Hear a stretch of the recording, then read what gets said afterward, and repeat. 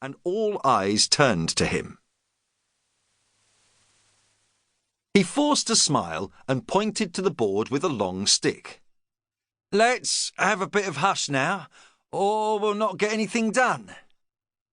Back to the Easter egg hunt. Now, Lord Harrington suggested this should take place in the forest on the Harrington estate. It'll be exciting for the kids because there are loads of places to put the eggs, with plenty of trees and hidey holes." He traced the route with his pointer. "It'll start off at the back of the house here, enter the little copse area here, and then through this bit of forest, along the riverbank and back out into the fields. We'll end up where we started from. Along the way, we'll have about 20 clues to follow."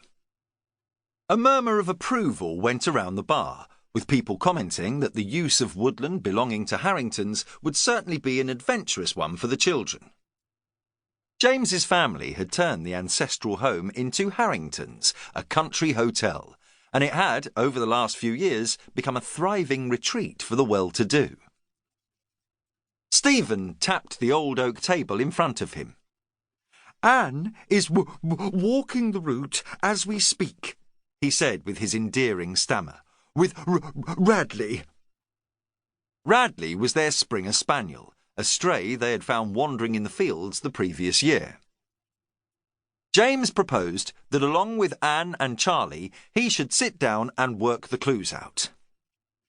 Anne's out at the moment to see where the eggs can be hidden, and we're making good use of the forest environment to help with our riddles. Charlie, how about you and I walk the route as well to get some inspiration? Charlie gave him a thumbs up and proposed they do that after the meeting. Dorothy, with her ever-present clipboard, checked the list of events. She sat up straight and ordered everyone to remain quiet. She cut an imposing figure in her two-piece suit, her glasses balanced on the end of her nose.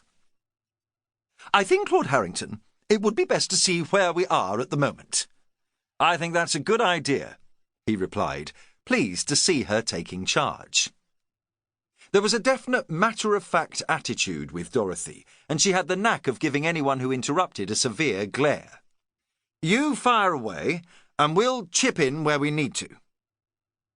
He was pleased to see that Beth also had a notebook and pencil at hand, ready to scribble down any instructions. Easter was such a busy time for the Cavendish community. He felt sure he'd forget something if it wasn't written down. Dorothy gave him an inquiring look. "Well, the Easter egg hunt is coming together nicely, so can we leave this in your hands?" James exhaled smoke toward the ceiling and reassured her that he and Beth, along with Anne and Charlie, would mark the route out, write and place the clues, and ensure there was supervision along the way. "Jolly good," said Dorothy, as she checked her list again. "Maundy Thursday." All eyes turned to Stephen, who cleared his throat. Over his dog collar he wore a soft mauve sweater that complemented his fair complexion. "Ah, yes, all in hand. It's not as if I've never done Maundy Thursday before." Maundy Thursday occurred the day before Good Friday and was celebrated in Cavendish and the neighbouring village of Charnley. It commemorated the Last Supper and heralded the start of the Easter festival. Stephen continued. "I'll organise the feet washing. Anne's already accumulated enough half-crowns." Along with many vicars, he followed the tradition of washing parishioners' feet to mirror Jesus doing the same for his disciples at the Last Supper. James remembered Stephen once saying to him that it was a stark reminder that he was here to serve. There were a number of pensioners in the village and, as had been the custom since the days of Edward I, James insisted they also offered a token gesture of charity to the elderly.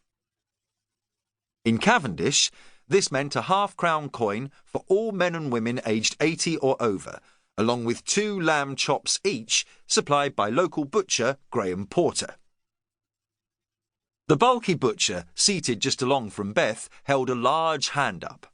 "I've ordered the chops, and I'll give them out when you're doing your thing with the half-crowns." The doctor's wife, Helen Jackson,